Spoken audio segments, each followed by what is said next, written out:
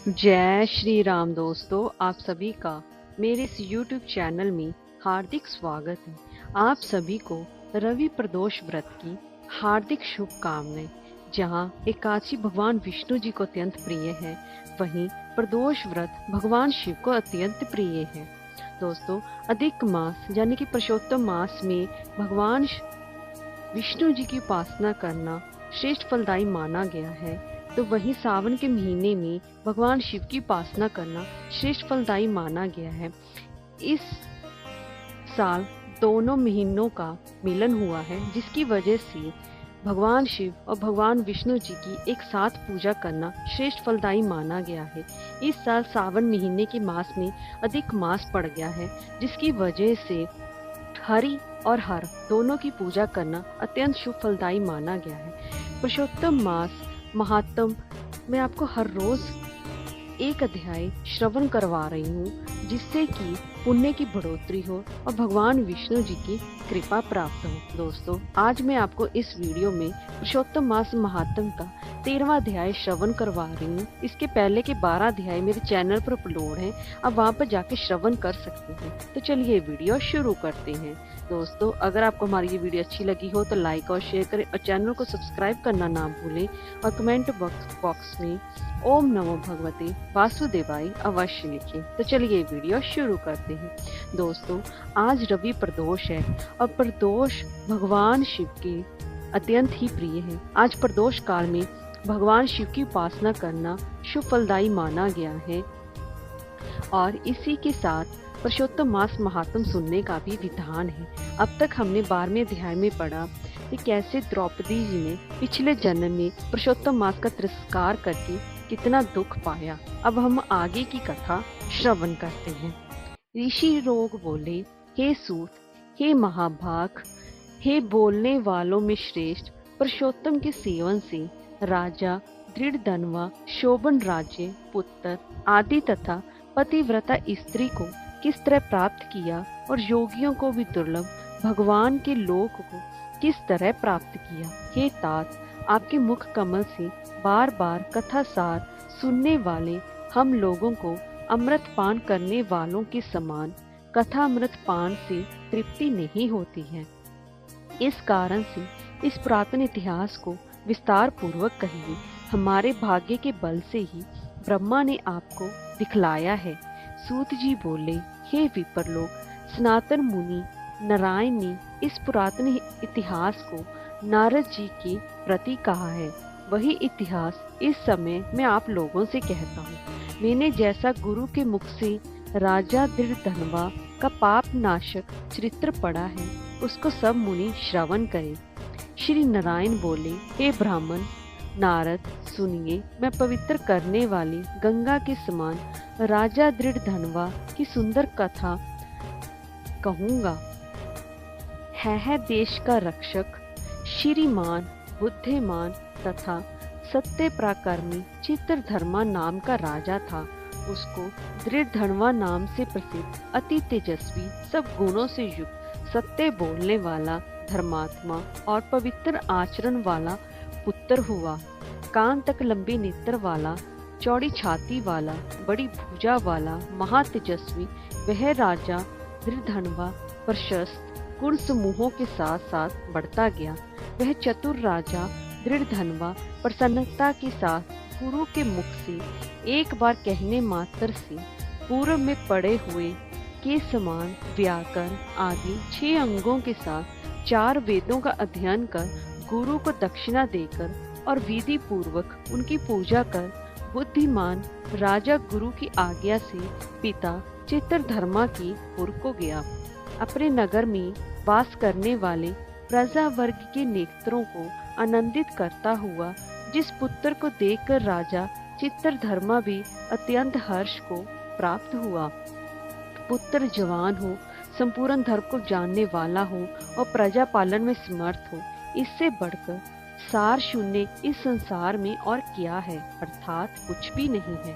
अब मैं 2 भुजा वाले मुरली वंशी को धारण करने वाले, प्रसन्न मुख वाले, शांत तथा भक्तों को अभय देने वाले श्री कृष्ण चंद्र जी की आराधना करता हूँ। जिस तरह ध्रुव अम्बरीश, श्रद्धाति, ययाति, प्रमुख राजा और शिवी, रंतिदेव, शशबिंदु, भागीरथ, भीष्म, विदुर, दुष्यंत और भरत, पृथु, उत्तानपाद, प्रहलाद, विभीषण, ये सब राजा तथा अन्य राजा लोग भी अनेक लोगों को त्याग कर इस अनित्य शरीर से पुरुषोत्तम भगवान का आराधन कर नित्य सदा रहने वाले विष्णु पद को चले गए।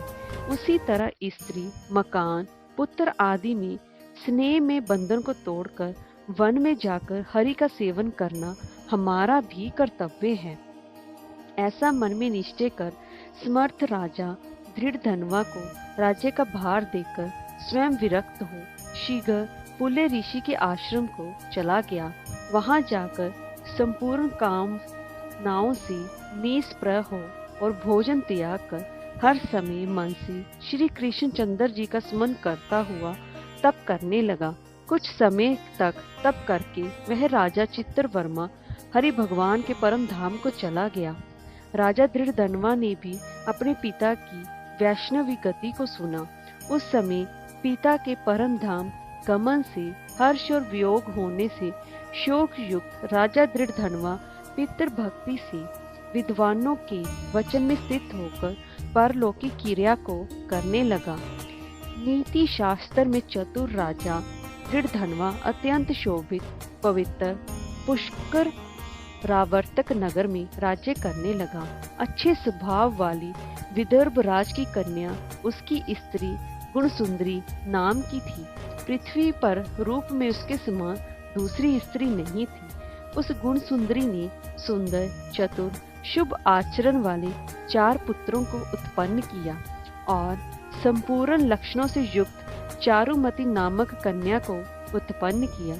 चित्रवाक, चित्रवा, मणिमान और चित्रकुंडल नाम वाले ये सब बड़े मानी, शूर और अपने अपने नाम से पृथक विख्यात होने लगे। राजा दृढ़धनवा सर्वगुणी, प्रसिद्ध, शांत, दृढ़ प्रतिज्ञ, रूपवान, गुणवान, वीर, श्रीमान, स्वभाव से सुंदर, 4 वेद और व्याकरण आदि 6 अंगों को जानने वाला, वाक चतुर, धनुर्विद्या में निपुण, काम, क्रोध, लोभ, मोह, मद और मत्सर्य को जीतने वाला और शत्रु समुदाय का नाश करने वाला, क्षमा में पृथ्वी के समान, गंभीरता में समुद्र के समान समविहार करने वाला और प्रसन्नता में शंकर के समान एक पत्नी व्रत, एक ही स्त्री से विवाह करने का व्रत को करने वाले दूसरे रामचंद्र के समान अत्यंत उग्र पराक्रमशाली, दूसरे कार्तवीर्य सहस्त्र अर्जुन के समान था।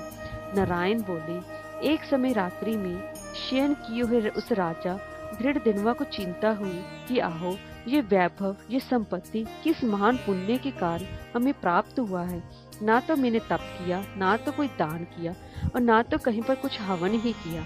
मैं इस भाग्योदय का कारण किससे पूछूं? इस प्रकार चिंता करते ही राजा दृढ़धनवा की रात्रि बीत गई।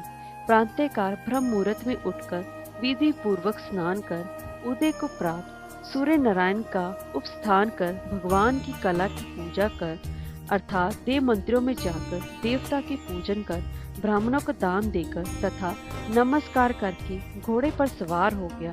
उसके बाद शिकार खेलने की इच्छा से शीघ्र वन को गया और वहां पर बहुत से मृग, सुअर, सिंह और चवरी गाय का शिकार किया। उस समय राजा दृढ़धनवा के बाण से घायल होकर कोई मृग बाण सहित शीघ्र एक वन से दूसरे वन को चला गया। रुधिर गिरे हुए मार्ग से राजा भी मृग के पीछे गया, परंतु मृग कहीं झाड़ी में छिप गया और राजा उस वन में उसे खोजता ही रह गया। प्यासे व्याकुल उस राजा ने समुद्र के समान एक तालाब को देखा। वहां जल्दी से जाकर और पानी पीकर तीर किनारे पर रखकर चला आया। वहां घनी छाया वाले एक विशाल बट वृक्ष को देखा। उस वृक्ष की जटा में घोड़े को बांधकर राजा वहीं बैठ गया। उसी समय वहां पर कोई एक परम सुंदर सुग्गा राजा को मोहित करने वाली तुलना रहित मनुष्य वाणी को बोलता हुआ आया। केवल राजा को बैठे देख उसको संबोधित करता हुआ एक ही श्लोक को बार बार पढ़ने लगा। इस पृथ्वी पर विद्यमान अतुल सुख को देखकर तू तत्व जन की आत्मा का चिंतन नहीं करता तो इस संसार के पार को कैसे जाएगा। बार बार इस श्लोक को राजा दृढ़ धनवा के सामने पढ़ने लगा। राजा उसके वचन को सुनकर प्रसन्न हुआ और उस पर मोहित हो गया कि इस शुक पक्षी ने दुख से जाने जोगी सार भरे व नारियल फल के समान अगम्य एक ही श्लोक को बार बार पढ़ते हुए क्या कहा। क्या यह कृष्ण द्रपायन वेद व्यास के श्रेष्ठ पुत्र सुखदेव जी तो नहीं है, जो कि श्री कृष्णचंद्र जी के सेवक मुझको मूढ़ और संसार सागर में डूबा हुआ देखकर राजा परीक्षित के समान कृपा कर उद्धार करने की इच्छा से मेरे पास आए हैं। इस तरह चिंता करते हुए राजा दृढ़धनवा की सेना समीप आ गई। शुक पक्षी राजा को उपदेश देकर स्वयं अंतर ध्यान हो गया। उस शुक पक्षी के वचन को स्मरण करता हुआ राजा अपने पुर में आकर बुलाने पर भी नहीं बोलता है और निद्रा रहत हो उसने भोजन का भी त्याग कर दिया था। तब एकांत में उसकी रानी ने आकर राजा से पूछा। गुण सुंदरी बोली, हे पुरुषों में श्रेष्ठ, ये मन में मलिनता क्यों हुई? हे गोपाल, पृथ्वी के रक्षक, उठिए उठिए, भोगों को भोगिए और वचन बोलिए। देवताओं से भी दुख से जाने जोगे उस शुक पक्षी के सत्य वचन का स्मरण करता हुआ रानी गुण सुंदरी की प्रार्थना करने पर भी राजा दृढ़धनवा कुछ नहीं बोला। पति के दुख से अत्यंत पीड़ित वह रानी भी दीर्घ श्वास लेकर अपने स्वामी की चिंता के उत्कष्ट कारण को नहीं जान सकी। इस प्रकार चिंता में मगन राजा का कितना ही समय बीत गया, परंतु संदेश सागर से पार करने वाला कोई भी कारण वह देख ना सकी। नारद जी बोले, हे मुने, इस तरह चिंता को करते हुए पृथ्वीपति राजा दृढ़धनवा का क्या हुआ सो आप कहें, क्योंकि हे मुने, निर्मल वैष्णव चरित्र थोड़ा भी यदि सुना जाए तो पापों का नाश हो जाता है। जय श्री राम।